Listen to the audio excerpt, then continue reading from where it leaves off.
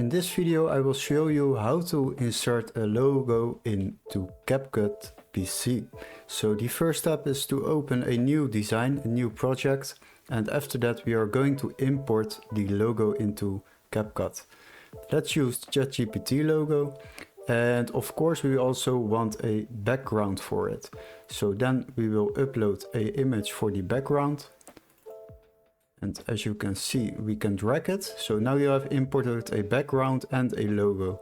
What we will do now is basically drag the background into the timeline by clicking on it and holding the left mouse button. Once you have done that, we can also drag the logo into our timeline and place it above the background. So you will see a line beneath it, and then you know it's going to be inserted above the background. And as you can see, now we have a logo above a background. And now you have successfully inserted a logo into CapCut PC. You can also resize it by dragging it, or just clicking on the image, go to video, and there you can scale it.